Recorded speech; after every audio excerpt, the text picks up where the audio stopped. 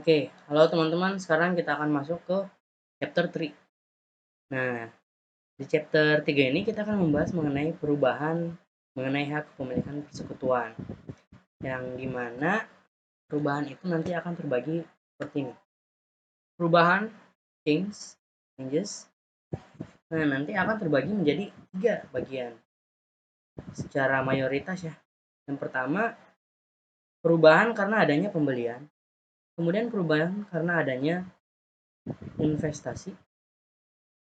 Kemudian perubahan karena adanya beberapa salah satu atau lebih dari sekutu yang retire atau yang keluar. Nah, perihal purchase, nanti video ini akan terbagi dari dari 3 bagian. Yang pertama, saya akan membahas mengenai purchase nantinya, pembelian, terus kita maju ke invest. Kemudian video yang ketiga nanti membahas tentang retire. Purchase, apa aja yang dibahas nanti? Ketika pembelian, perubahan dalam pembelian itu ada dua, terbagi lagi atas dua. Pembelian ketika situasinya menggunakan goodwill approach. Oke. Dan yang kedua adalah pembelian ketika situasinya menggunakan bonus approach. Sama dengan invest. Invest malah lebih banyak. Yang pertama, sekutu baru menginvestasikan modalnya pada nilai buku. Jadi modalnya sama dengan nilai buku. Kita bahas. Kemudian goodwillnya disalurkan ke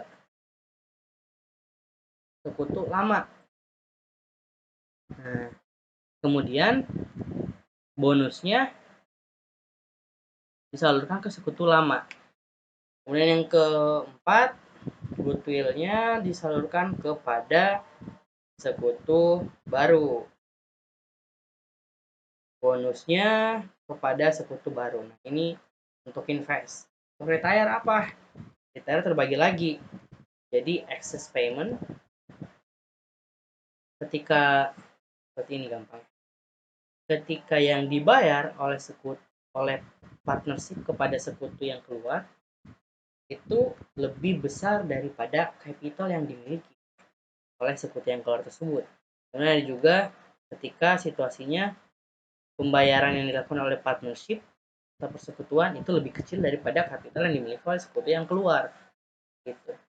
Nah, pertama ketika pembayarannya lebih besar, ada juga menggunakan bonus approach. Kemudian ada goodwill approach. Kemudian terakhir ada revaluasi.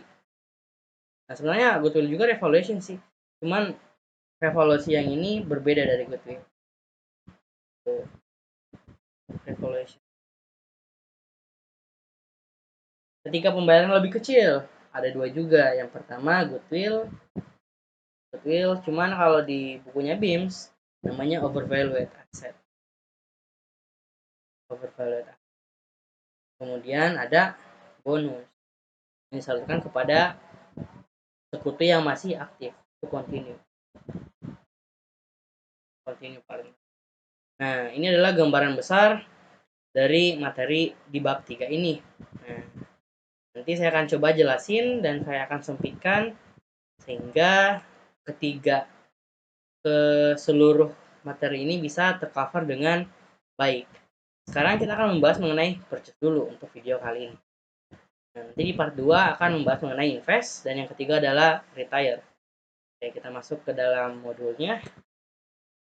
Nah, kita masuk ke purchase. Kita menggunakan goodwill approach dulu ya. Misal nih, Mr. C masuk ke dalam persekutuan AB, menginvestasikan modalnya berupa kas ya, 50.000 dengan meminta kepemilikan sebesar 50%. Yang dimana situasinya ketika itu persekutuan AB terdiri dari Mr. A dan Mr. B, dua sekutu. Nah, sekutu A itu memiliki 50.000 dengan kepemilikan 50%, Mr. B 40 dan ini 50. Oke, Tapi tiba-tiba Nyonya C masuk nih ke dalam dengan membeli salah satu, membeli masing-masing bagian dari keduanya gitu. Jadi sekutu C yang baru masuk itu membeli bagian dari A, membeli juga bagian dari B, bukan membeli persekutuannya ya gitu. Kalau dia memasukkan uang ke dalam persekutuan berarti itu invest. Tapi ketika dia memberikan uang kepada sekutu dalam hal personality, itu namanya pembelian hak kepemilikan gitu kepada sekutu yang exist, yang ada gitu ya. Nah, nanti ketika si C masuk,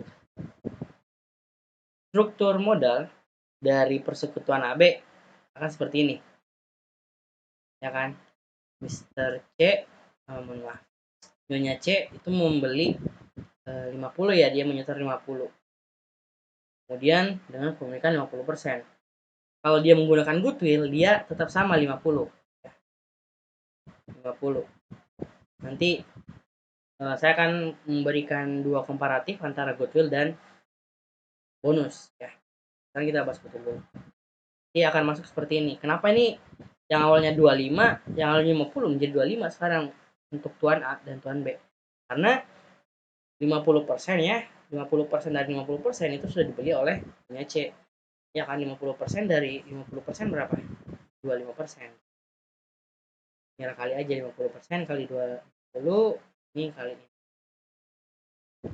Kemudian nah, nanti total kapitalnya berapa? 100. Ini yang perlu diperhatikan dalam ketika dia situasinya membeli dan menggunakan goodwill approach, maka kita harus tahu dulu nih berapa totalnya. Nah, caranya adalah ketika dia goodwill approach dalam kondisi pembelian, bagi aja 50.000 total modalnya 50.000, kita bagi dengan 50%. Hasilnya berapa? 100.000. Nah, ini adalah total kapital nantinya. Karena kalau total ini 100.000. Untuk akuntansi pada akhirnya kan akan ngebuat jurnal nih. Akan ngebuat jurnal nantinya. Nah, oleh sebab itu untuk membuat jurnal-jurnal ini maka ada proses seperti ini yang tadi gitu. Kita harus tahu dulu totalnya berapa, total kapital, baru kita jabarin, kita masukin. Nah, ini intinya ini adalah gambaran akhirnya. Patokan kita adalah ini. Intinya di akhir bagaimana jurnalnya sehingga di buku besar kapitalnya 25, 25 dan 50. Yang awalnya 50 kan, 50. Ini awalnya 50 nih. Awalnya 50, 40. Pokoknya kita harus tahu jurnalnya agar bisa jadi 25. Gimana caranya? Karena dia goodwill, maka dia melakukan revaluasi dulu. Nah, ini kan 50 nih, 50. Ya 50 kan. Totalnya nanti kan 100.000 ya. Nah, total kapitalnya nanti 100.000, sedangkan total kapital sebelumnya itu 90 kan. Ketika C masuk, total kapitalnya 100. Bersihnya berapa? 10 kan. 100 kurang 10, 10.000. Nah, inilah selisihnya. Selisih ini nantinya kita masukin ke goodwill. Gitu. Goodwill ini nanti dialokasikan ke sekutu yang lama gitu. Ini 5.000, kenapa 5.000? Karena 50 milik si A, 50% milik B. Jangan hitung dulu yang ini. Belum. Gitu. Nah, habis direvaluasi, di modal structure modal dari A bertambah dong. Dari awalnya 50.000 menjadi 55.000. Sama B yang awalnya 40 menjadi 45 karena ada penjurnalan tadinya. Jadi yang ini adalah patokan buku besarnya. Nah, setelah itu baru kita mencatat proses masuknya Nyonya C. Gitu. Dia menyetor 50, dia membeli 50.000. Kenapa dalam jurnal ini nggak ada cash? Karena Nyonya C langsung membeli kepada sekutu secara personality. Kalau di akuntansi ini kebagi dua kan ya. Ini adalah personal, ini adalah entitas. Gitu. Jadi entitas dan personal pemilik itu nggak boleh disatuin. Jadi karena Nyonya C membeli dari hak kepemilikan dari sekutu yang ada, maka sini structure jurnalnya nggak ada cash karena cashnya langsung masuk ke pencatatan personal sekutu, bukan ke persekutuan. Bedakan persekutuan dan sekutu. Kalau sekutu orang yang mengoperasikan persekutuan tersebut, gitu. Kalau persekutuan ya entitasnya, ya. Makanya ketika masuknya C, padahal ada cash ya. Nah, cashnya itu disalurkan ke sini. Dia hanya membeli ini aja, membeli interest atau pemilikan aja. Seperti itu. Kemudian, oke, itu adalah goodwill ya. Nah, sekarang kita masuk ke bonus approach. Teman-teman bisa lihat di bonus approach,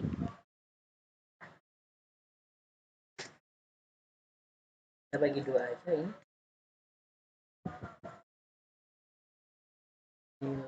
Ya.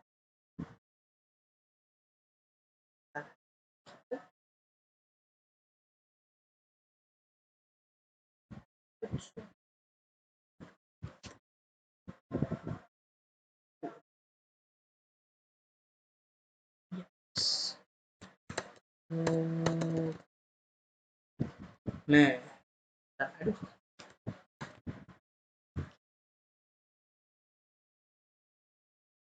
Ini mana tuh? Iya. Ini ya. Ini adalah goodwill ya. Goodwill. Ini adalah goodwill, yang di kiri adalah bonus approach. Ya. Ini adalah bonus approach. Apa yang membedakan? Yang membedakan ini nih. Ini kasus yang sama ya. Cuma nanti yang membedakan nanti di akhir. Kalau goodwill dia sama 50.000 ketika dia invest. Mohon maaf. Ketika dia beli 50. Tapi ketika bonus approach dia akan berkurang 45. Dari mana? Dari penjurnalan ini nantinya. Karena dia menggunakan metode goodwill, metode bonus, maka ketika penjurnalan itu nggak akan ada evaluasi, nggak ada jurnal evaluasi. Makanya ketika sekutu masuk, dia langsung mencatat aja itu 45.000. Dari mana? Balik lagi, jumlahin dulu totalnya. Basicnya di sini nih, kalau dia situasinya membeli goodwill, membeli 100, mohon maaf, totalnya ketika dia membeli, maka total kapitalnya jika menggunakan goodwill approach dia 100.000 ya. Tapi ketika dia menggunakan bonus approach, total kapital dia akhir ketika sekutunya masuk 90.000. Dari mana? Dari sini aja, totalnya aja 90.000. Jadi ketika modalnya masuk, dia nggak akan mempengaruhi total dari ekuitas. Ekuitasnya 90.000, harusnya 130 ya, 140 harusnya. Nah, itu nggak kayak gitu. Jadi tetap segini. Gitu. Itu adalah bonus approach. Nanti bonusnya dia ya, approach. Oke, 50 ya sama 50, ini 25 karena dia membeli 50% dari 50% ya. Itu 50%, ini juga dari 50%. Seperti itu. Nanti 45-nya sebentar. Oke, 50. Oke, ini kan pokoknya akhirnya 25 ya. Patokan kita 22.500. Ini juga 22.500. Nah, awalnya kan 50 ya. Berarti selisih dari 50.000. Selisih dari 50.000. Selisih dari 50.000 dan 22.500 berapa?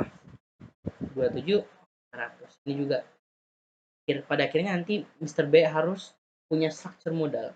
Total modal di ekuitas persekutuan itu 22.500. Maka di sini ketika di awalnya 40, ya harus di jurnal nih. Dikurangin dulu 17.500. Jadi totalnya akan masuk ke 45.000. Seperti itu. Atau kalau mau gampangnya nanti 90.000 totalnya kan ya. Totalnya 90.000, jadi kaliin aja 50%, jadi 45.000. Intinya base kita mendapatkan ini semua adalah dari total dulu. Itu ketika situasinya pembelian. Invest sama retire beda lagi. Gitu. Oke, itu persekutuan tentang situasi perubahan persekutuan situasinya ketika membeli ya. Dan di video selanjutnya kita akan membahas mengenai situasinya ketika dia menginvest. Oke. Oke, saya kira saya cukupkan dulu untuk video part pertama. Nanti part keduanya kita teman-teman silakan nonton ya. Oke, terima